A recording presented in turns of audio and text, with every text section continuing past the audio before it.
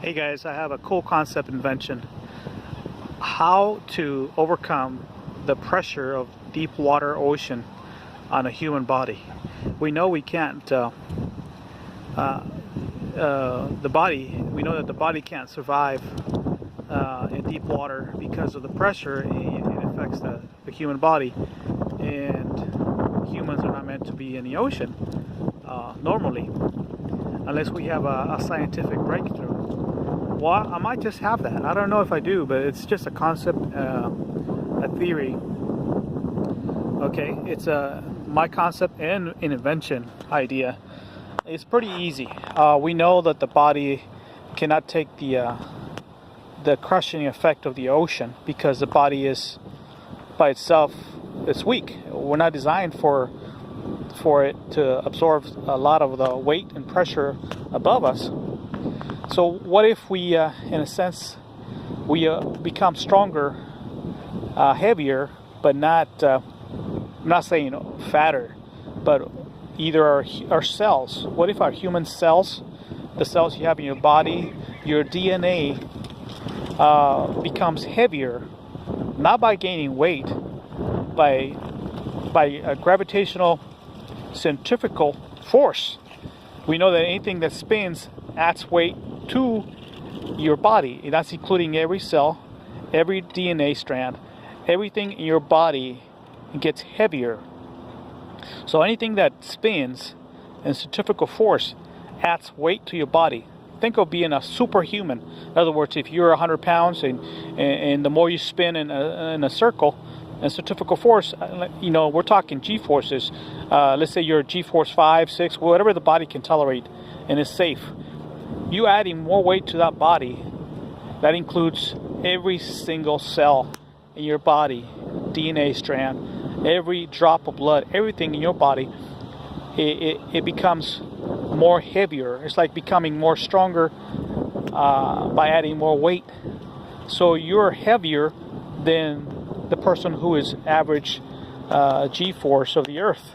So the more G-forces you add to the body, you become heavier, and the only way to do that is by centrifugal force. In other words, if you're inside a spinning living quarters at high velocity G-forces, that adds more weight to your body. So my theory is, in such an event where your body is heavier than all other life forms in the ocean, but it's not heavier in body weight, but heavier in your DNA, your cells, everything, including your blood, is heavier than the surrounding area, the ocean itself. Does that mean that your body can tolerate the pressure of the ocean? Because now you become heavier. Think of an aluminum sheet, right? You can punch through that real easy with your hand. But if you add G-forces, so let's say G-force 1, 2, and 3, so just imagine each G-force being a layer of aluminum. So let's say it's easier to punch through one layer of aluminum, but if you got 6 layers of aluminum, it's going to be tougher to punch with your hand. So what I'm trying to say is, the heavier your body, the more weight, it's going to be difficult for the human body to be damaged by physical force than the average human who's only got G-force, because the weight of it is heavier than the weight of the other one. It's just a theory. I'm not saying it's going to work, but my concept's pretty easy. You raise the G-forces of the body to make it heavier to tolerate the depth of the crushing ocean, and it actually may work. You just don't know if it is or not unless you do scientific trials. But that is my main concept on how to tolerate the depth of the ocean without damaging effects. In theory, it's not, I'm just saying in theory because we have to prove it otherwise. Until then, it's still a theory of mine.